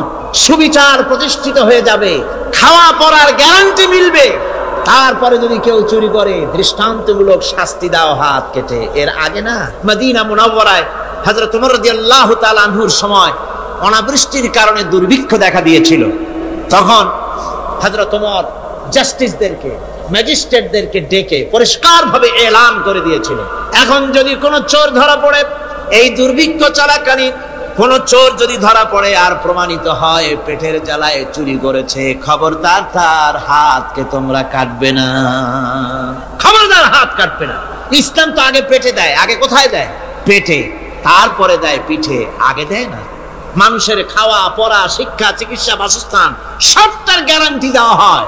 মদিনায় যখন এই গ্যারান্টি এসে গেল, চোরের হাত কাটা আইন মক্কায় নাজিল হয় নাই, নাজিল হয়েছে মদিনা মুনাওয়ারায় রাসূলের মদনী জিন্দেগিতে। কোন সময়? যখন রাসূলুল্লাহ প্রেসিডেন্ট, রাসূলুল্লাহ কি জোরে কোন, রাসূলুল্লাহ কি রাষ্ট্রপতি। সেই সময় মানুষ দরজা খুলে ঘুমাবার সুযোগ পেল, খাওয়া পড়া, শিক্ষা, চিকিৎসা, বাসস্থানের গ্যারান্টি পেল। এই সময় আল্লাহ রাব্বুল আলামিন তিনি যখন দেখলেন ইসলামী সমাজ ব্যবস্থা কোরআনের আইনের মাধ্যমে মানুষ সব রকমের নিরাপত্তা লাভ করেছে, পেটের সমস্যার সমাধান হয়ে গেছে, তখন আল্লাহ আইন জারি করলেন, আস-সারিকু ওয়াস-সারিকাতু ফাকতাউ আইদিয়াহুমা। চোর পুরুষ হোক আর নারী হোক, উভয়ের হাত কেটে দাও। পুরুষ হোক আর নারী হোক, এখন উভয়ের হাত কেটে দাও। দৃষ্টান্তমূলক শাস্তি হোক, যাতে করে এই চুরি আর না কেউ না করে। পেটে খাবার আছে, চাকরি আছে, ওষুধ আছে, শিক্ষা আছে, থাকার মতো জায়গা আছে, এখন চুরি করো কেন? তাহলে বোঝা যাবে এটা নেশায় পরিণত হয়েছে। কি হয়েছে? নেশা। তখন তো আর চোরকে বসায় সেলুট মারা আর যাবে না, এখন হাতটা কাটিয়া একটা শাস্তি দিয়ে দাও। আমাদের দেশে কিন্তু চোরের হাত কাটা আইনের ব্যাপারে কোনো চোরেরা আজ পর্যন্ত মিছিল করে না। বাংলাদেশের কোন ছোট ছোট চোর, যেমন তাল চোর, বেল চোর, কচু চোর, ছাতি চোর, জুতা চোর, আর যত ছোট ছোট চোর, এই সব চোরেরা কি কোনোদিন মিছিল করেছে যে চোরের হাত কাটা আইন মানি না, মানবো না? বলেছে কেউ? বলে। কিন্তু এই আইনের বিরুদ্ধে সোচ্চার কারা? কোন চোরেরা? নিশ্চয়ই ছোট চোরেরা, বড় চোর। যারা তাল বেল চুরি করে না, বরং কলমের খোঁচা দিয়া সরকারের, জনগণের লক্ষ কোটি কোটি টাকা পকেটস্থ করেন মেহেরবানি করে, ওই সব। তারা মনে করেন যদি এই আইন চালু হয়ে যায় তাহলে তালচোর বেলচোরের তো কোনো ক্ষতি নাই, ইসলামী রাষ্ট্র চালু হলে পরে তো সকলের পেটে ভাত আসবে, ওই তাল বেল আর চুরি করা লাগবে না, তাদের তো সুবিধা। কিন্তু মুসিবতটা তো আমাদের হবে। বেশি খাইয়ে খাইয়া জিহ্বা পুরু হয়ে গেছে, এখন ওই বেশি খাইতে না পারলে বদভ্যাস চালু হয়ে যাবে। চুরি করতে যখন যাইবে তখন এই আইন তো বিসমিল্লাহ হবে আমাদের দিয়া। এই জন্য ওনারাই বিরোধিতা করেন চরম ভাবে। আর ইসলামের সব আইনের সাথে বিরোধিতা করার জন্য বাংলাদেশে যতগুলি পত্রিকা বেরিয়েছে তার মধ্যে শীর্ষস্থানে রয়েছে ভারতের রয়ের টাকায় পরিচালিত নিকৃষ্ট আবর্জনা পত্রিকা আজকের কাগজ।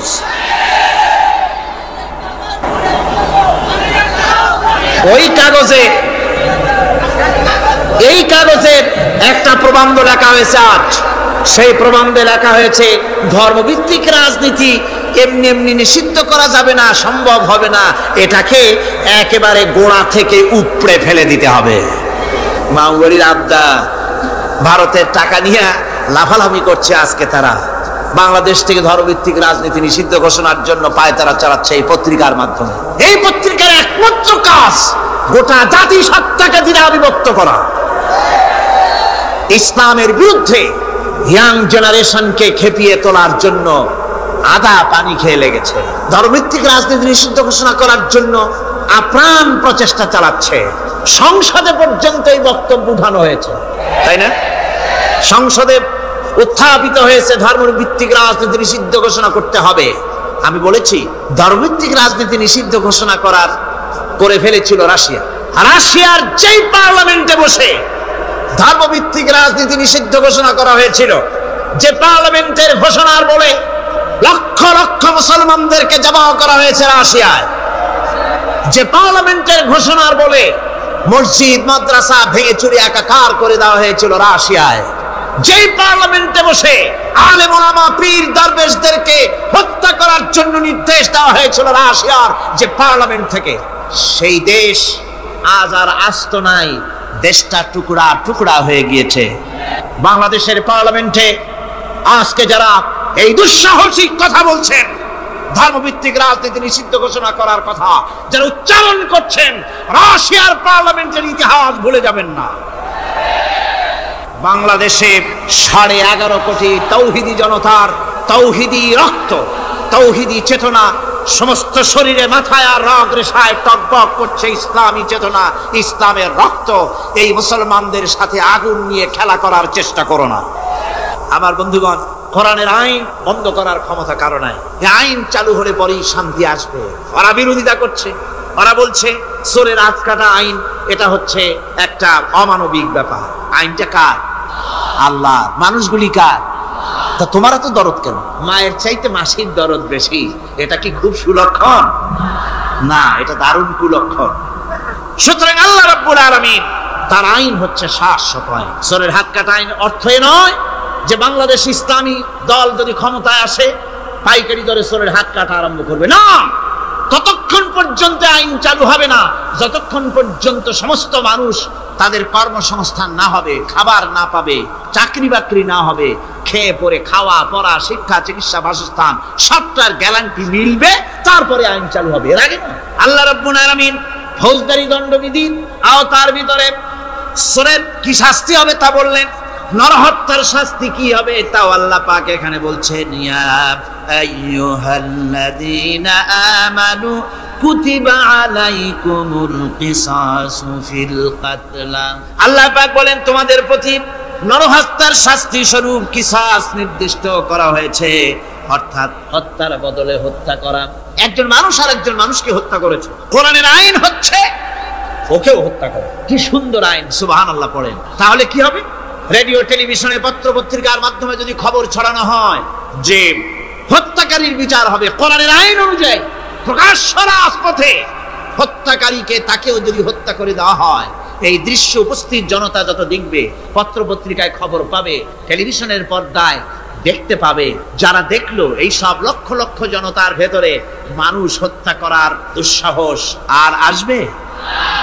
আল্লাহ পাক বলছেন এটা হচ্ছে মানুষের কিসাস, এর মধ্যে রয়েছে মানুষের জীবন। এরপরে নরহত্যার শাস্তি আল্লাহ পাক এভাবে কোরআনে কারীমের মধ্যে বললেন। জিনার শাস্তি, আয-যানিয়াতু ওয়াজ-যানি ফাজলিদু কুল্লা ওয়াহিদিন মিনহুমা মিআতা জালদা। আল্লাহ রাব্বুল আলামিন বলেন জিনাকারিনী পুরুষ, জিনাকারিনী নারী আর জিনাকারা পুরুষ, তাদের শাস্তি হচ্ছে উভয়কে 100 করে দৌড়া মারা, প্রাণদণ্ড দিয়ে দেওয়া। এই শাস্তি যদি হয় জিনা বন্ধ হয়ে যাবে, বিবাহ সহজ হবে। ইসলামী রাষ্ট্র হলে পরে জিনা করা কঠিন হবে, বিবাহ করা সহজ হয়ে যাবে। এটা হচ্ছে কোরআনের আইনের সুন্দর বিধান। জিনার শাস্তি, চোরের শাস্তি, নরহত্যার শাস্তি জুডিশিয়াল লয়ের আওতায়, ফৌজদারি দণ্ডবিধির আওতায় এগুলি পড়ে। এগুলি সব কোরআন শরীফে আছে না নাই? আছে কিনা? তাহলে কি করে আপনি বলবেন আপনি ধর্ম নিরপেক্ষ? আপনি শুধু ধর্ম আপনার ব্যক্তিগত ব্যাপার আর রাজনীতি একটা আলাদা ব্যাপার। এবারে আল্লাহ রাব্বুল আলামিন মদ পান সম্পর্কে, যারা মদ পান করবে, জুয়া খেলবে যারা, তাদের সম্পর্কে মদ্যপায়ীদের ব্যাপারে আল্লাহ পাক বলছেন ইন্নামাল খামরু ওয়াল মাইসিরু ওয়াল আনসাবু ওয়াল আজলামু রিজসুম মিন আমালিশ শাইতানি ফাজতানিবুহু। আল্লাহ পাক বলেন নিঃসন্দেহে মদ, জুয়া এবং পাশা, এই সমস্ত খেলাকে, এই সমস্ত জিনিসকে নাপাক ঘোষণা করা হয়েছে। এগুলি সব হতেছে শয়তান কর্তৃক উদ্ভাবিত নোংরা কাজ। এগুলি শয়তানের কাজ। মদ আর জুয়া কার কাজ? যারা বলেন কার কাজ? শয়তানের কাজ। সুতরাং ফাজতানিবুহু, এর থেকে তোমরা ফিরে থাকো। আল্লাহ বলছেন মদ এবং জুয়া মানুষকে আল্লাহর জিকির থেকে ফিরায় রাখে। ফাহাল আনতুম মুনতাহুন, এগুলি শোনার পরেও কি তোমরা এর থেকে ফিরে থাকবে না? এবার আল্লাহ রাব্বুল আলামিন ওজনে কম দেওয়া সম্পর্কে বলছেন, যারা ব্যবসায়ী, অনেক ব্যবসায়ী আছে, ব্যবসা করতে গিয়ে ধর্ম ব্যক্তিগত ব্যাপার, ব্যবসার মধ্যে ধর্ম নিতে চাই না। কয় যে ধর্ম দারুণ পবিত্র জিনিস, এত পবিত্র, শুধু মসজিদে থাকবে, শুধু মাদ্রাসায় থাকবে, আমার জীবনের বিস্তীর্ণ অঙ্গনে ধর্ম ঢুকতে পারবে না। তার মানে ভাবখানা এই, আল্লাহ এবং রসুলকে বলে দেওয়া হচ্ছে হে আল্লাহ, হে রসুল, তোমাদের উপরে 144 জারি করে দিলাম, শুধু মসজিদে আর খানকায় থাকো, মাদ্রাসায় থাকো, আমাদের জীবনের বিস্তীর্ণ অঙ্গনে তোমাদের কোনো প্রবেশের অধিকার নাই। জোরে কর নাউজুবিল্লাহ। আল্লাহ পাক মানুষের জীবনের সকল ক্ষেত্রে আইন চলবে আল্লাহ। ইনিল হুকমু ইল্লা লিল্লাহ। আইন চলবে কার?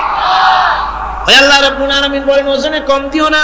ওয়াউফুল কাইলা ইযা কিলতুম ওয়াজনু বিল কিসতাসিল মুস্তাকিম। মেপে যখন কোন জিনিস দিবে পরিমাপে কম দিবে না, ওজন করে যখন দিবে ওজনেও কম দিবে না। আল্লাহ পাক কোরআনে কারীমের মধ্যে সুন্দর করে সব কথা বলে দিলেন। ওজনে কম করো না, পরিমাপে কম করো না, সঠিকভাবে এটাকে দিও। ইয়াতীমের মাল সম্পর্কে কোরআন বলছে ওয়ালা তাকরাবু মালাল ইয়াতীম ইল্লা বিল্লাতী হিয়া আহসান। ইয়াতীমের মাল ভক্ষণ করা তো দূরের কথা, এর নিকটবর্তী হয় না। তবে হ্যাঁ, এতিম বয়সপ্রাপ্ত হওয়া পর্যন্ত যদি আমানত রাখো সেটা ভিন্ন কথা, কিন্তু এতিমের মালকে ভক্ষণ করো না অবৈধভাবে। এতিমের মালের সুরক্ষার জন্য আল্লাহ পাক বলে দিলেন। অশ্লীলতা সম্পর্কে, আজকে সমাজে অশ্লীলতা চলছে, বেহায়ামি, নগ্নতা চলছে, এ সম্পর্কে আল্লাহ পাক বলছেন কুল ইন্নামা হারামা রাব্বিয়াল ফাওয়াহিশা মা যাহারা মিনহা ওয়া মা বাতান। আল্লাহ পাক বলেন, হে নবী আপনি বলে দেন আমার প্রভু নিঃসন্দেহে প্রকাশ্য এবং অপ্রকাশ্য সব রকমের নির্লজ্জতা এবং পাপাচারকে নিষিদ্ধ ঘোষণা করেছেন, হারাম করে দিয়েছেন। প্রকাশ্য এবং অপ্রকাশ্য সব রকমের পাপাচারকে, নির্লজ্জতাকে আল্লাহ পাক নিষেধ করেছেন।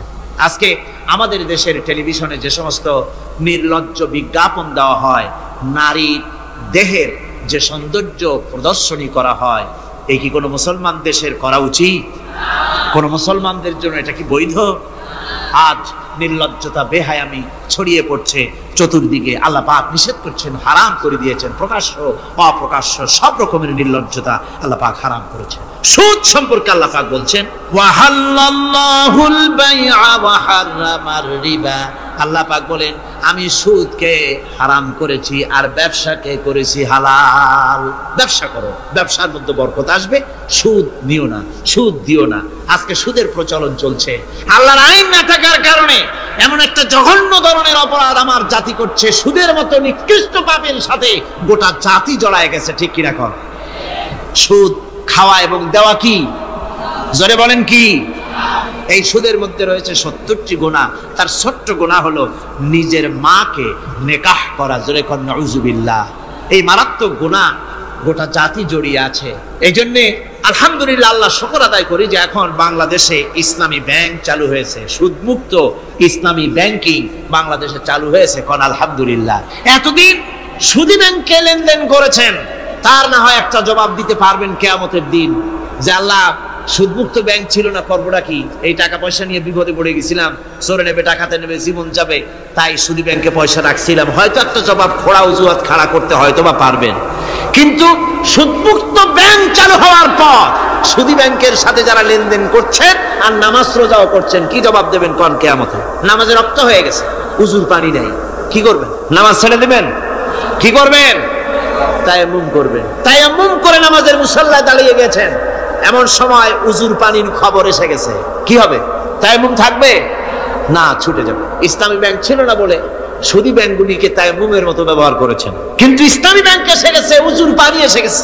এখন যদি সুদী ব্যাংকের সঙ্গে লেনদেন চালু রাখেন, মনে রাখবেন অবশ্যই কিয়ামতের দিন আল্লাহর দরবারে আসামির কাঠ গড়ায় দাঁড়াতে হবে। সুদের টাকা দিয়া গার্মেন্টস ফ্যাক্টরি করা হচ্ছে। উদ্বোধনের দিনে মৌলভী সাহেব, তাও পাওয়া যায়, অসুবিধা হয় না। মিলাদের দাওয়াত হয়েছে, কোন টাকা দিয়ে বানাইছে তা জানার দরকার কি?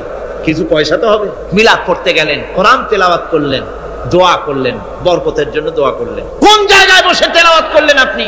কার নামে দরুদ পড়লেন? কোন জায়গায় পড়লেন যে সুদের টাকা দিয়ে ঘরটা তৈরি হলো, আল্লাহর সাথে বাগাওয়াত করা হলো?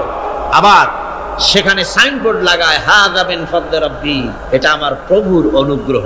নাউযুবিল্লাহ। প্রভুর অনুগ্রহ সুদের টাকা দিয়ে ঘর বানানো। কবি বলছেন ये इमारत बनी है सूद से आए मेरे मुरब्बी, ये इमारत बनी है सूद से आए मेरे मुरब्बी, और उस पे लिखा है हादा मिन फضل रब्बी।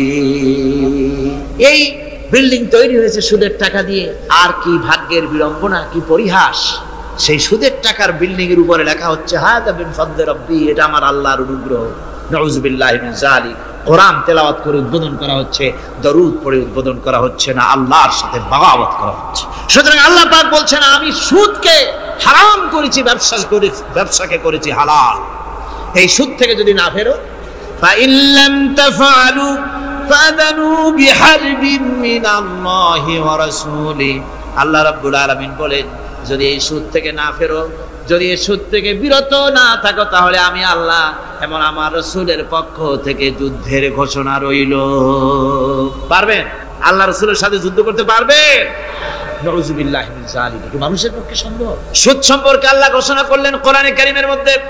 এবার ধনী এবং গরীব সম্পর্কে, ধনী আর গরীবের ভিতরে সম্পর্কটা কেমন হবে আল্লাহ পাক কোরআনে কারীমের মধ্যে বলে দিলেন ওয়াফি আমওয়ালিহিম হাক্কুল লিসাইলি ওয়াল মাহরুম। আল্লাহ রাব্বুল আলামিন বলছেন ও ধনীরা, তোমাদের সম্পদের ভিতরে গরীবদের অধিকার আছে, সে অধিকার আদায় করে দাও। একথা বলা হলো না গরীবরা তোমাদের করুণার পাত্র, দয়া করে তাদের কিছু দাও, একথা আল্লাহ বলেন নাই। বললেন ধনীরা শুনে রাখো, তোমাদের সম্পদে গরীবদের অধিকার আছে, অধিকার তাদের ফিরিয়ে দাও। এরপর আল্লাহ পাক বললেন কাইলা ইয়াকুনা দুলাতাম বাইনাল আগনিয়াই মিনকুম, তোমাদের সম্পদগুলি যেন তোমাদের ধনশালী লোকদের হাতে যেন পুঞ্জীভূত না হয়ে যায়। দেশের সমস্ত সম্পদ গুটি কতক লোকের হাতে যেন পুঞ্জীভূত না হয়, বরং তার যাকাত, ফিতরা, সাদকা, এককালীন দান ইত্যাদির মাধ্যমে জনগণের কাছে যেন তা পৌঁছে যায়, এক জায়গায় যেন পুঞ্জীভূত হয়ে না থাকে। এভাবে করে আল্লাহ পাক মানুষের জীবনের সাথে সম্পৃক্ত কথাগুলি বলছেন। রাষ্ট্র ব্যবস্থা সম্পর্কে বলছেন ওয়া আমরুহুম শুরা বাইনাহুম, রাষ্ট্র পরিচালনা করতে গিয়ে তাদের সাথে পরামর্শ ভিত্তিক রাষ্ট্র চালাও, স্বৈরাচার হয়ে ক্ষমতায় বসে থেকো না, ইচ্ছে মাফিক দেশ চালায়ও না, ডিক্টেটর হয়েও না, পরামর্শ ভিত্তিক দেশ পরিচালনা করো। এভাবে করে আল্লাহ রাব্বুল আলামিন রাষ্ট্রপ্রধানকে বললেন ওয়াসাবিরুহুম ফিল আমর, প্রত্যেকটি ব্যাপারে, রাষ্ট্রের সব ব্যাপারে তাদের সঙ্গে পরামর্শ করে নাও, পরামর্শ সবার সঙ্গে পরামর্শ করে পরামর্শের ভিত্তিতে কাজ করো, এমনি স্বৈরাচার হিসাবে কাজ করো না। কোরআন প্রবর্তিত সমাজ সকল নাগরিকের মৌলিক অধিকারের গ্যারান্টি দিয়েছে, জোরে কোন সুবহানাল্লাহ। এখন আমি যে কথাগুলি বলবো, এই কথাগুলি শুধু মুসলমানদের জন্য নয়, হিন্দু, মুসলমান, খ্রিস্টান, বৌদ্ধ, নারী, পুরুষ, সাদা, কালো, বর্ণ, ভাষা, দল, মত নির্বিশেষে সমস্ত মানুষের জন্য নাগরিক অধিকারের গ্যারান্টি দিচ্ছে কে? আল্লাহ পাক। জোরে বলেন কে দিচ্ছেন? আল্লাহ পাক। আল্লাহ পাক জীবনের নিরাপত্তা দিচ্ছেন। কোরআনের আইন যদি চালু হয়, নাগরিকদের জীবনের নিরাপত্তা লাভ হবে। জোরে কোন সুবহানাল্লাহ। কিভাবে হবে? আল্লাহ রাব্বুল আলামিন বলেন ওয়ালা তাকতুলুন নাফসাল্লাতী হারামাল্লাহু ইল্লা বিল হক। আল্লাহ পাক বলছেন যে জীবনকে আল্লাহ হারাম সম্মানী করেছেন, ন্যায় ব্যতীত তাকে খবরদার হত্যা করো না। মানুষকে হত্যা করো না, খবরদার হত্যা করো না। আল্লাহ পাক হত্যা নিষিদ্ধ ঘোষণা করে দিলেন আর বললেন মান কাতালা নাফসান বিগাইরি নাফসিন আও ফাসাদিন ফাকান্নামা কাতালান নাস জামিআ। কেউ যদি কোন নরহত্যা এবং বিপর্যয় সৃষ্টি করে, কোন অপরাধ ছাড়া যদি কেউ কোন নির্দিষ্ট অভিযোগ তাকে হত্যার শাস্তি দেওয়া যায় কোরআন অনুযায়ী, এরকম ছাড়া যদি অন্যায়ভাবে কেউ কাউকে হত্যা করে, তাহলে একটা লোক হত্যা করা নয়, একটা মানুষ হত্যা করার অর্থ হলো গোটা বিশ্বের সমস্ত মানুষকে হত্যা করা। কে বলছেন কথা? আল্লাহ পাক বলছেন। আর একটা মানুষকে যদি বাঁচায় দেওয়া যায়, তাহলে যেন সে যেন গোটা পৃথিবীর সমস্ত মানুষকে বাঁচায় দিল, এ কথা কে বললেন? আল্লাহ সুবহানাহু ওয়া তাআলা বলেছেন। এরপরে নরহত্যা যারা করবে তাদের জন্য রয়েছে শাস্তি। কি শাস্তি? আল্লাহ পাক বলছেন ওমাইয়াকতুল মুমিনান মুতাআম্মিদান ফাজাযাউহু জাহান্নাম খালিদান ফিহা وغضب الله ولعنه وأعد له عذابا عظيما। আল্লাহ পাক বলছেন ওমাইয়াকতুল মুমিনান মুতাআম্মিদান, যে ব্যক্তি কোনো মুমিনকে ইচ্ছে করে হত্যা করলো, ফাজাযাউহু জাহান্নাম, তার শাস্তি কি? যারা বলেন শাস্তি কি? খালিদ, সেই জাহান্নামে চিরকাল তাকে থাকতে হবে। ওয়া গাদিব আল্লাহ, ওয়া লানাহু, আর তার উপরে আল্লাহর গজব, আল্লাহর লানত, চিরকাল এই শাস্তি তাকে জাহান্নামে ভোগ করতে হবে। এই কথাগুলি না জানার কারণেই আজকে কলেজ বিশ্ববিদ্যালয়গুলিতে মানুষ হত্যা চলছে পাখি হত্যার মতোই, ঠিক কিনা কোন? বিশ্ববিদ্যালয়গুলিতে কলেজগুলিতে মায়ের কোল খালি করা হচ্ছে, পিতাকে কাঁদানো হচ্ছে। কত আশা করে ছেলে পাঠানো হয় কলেজ ইউনিভার্সিটিতে, আর সেখানে সামান্য নিজের দলের প্রাধান্য বিস্তার করার জন্য পরমা সহিষ্ণুতা নাই, সমানে হত্যা করা হচ্ছে। এভাবে হত্যা করা হচ্ছে রাজশাহীতে, হত্যা করা হচ্ছে ঢাকায়, চট্টগ্রামে, খুলনায়। আপনারা অবাক হবেন, খুলনায় যেভাবে হত্যা করলো একজন নেতৃস্থানীয় ব্যক্তি, যিনি খুলনায় গিয়ে বললেন আমি লাশ চাই, লাশ চাই।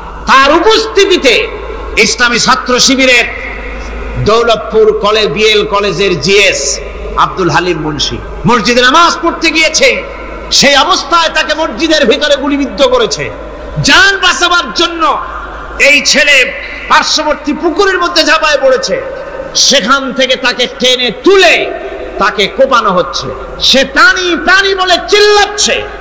এই অবস্থায় মসজিদের সিঁড়ির উপরে কাট করে তাকে জবাহ করা হয়েছে।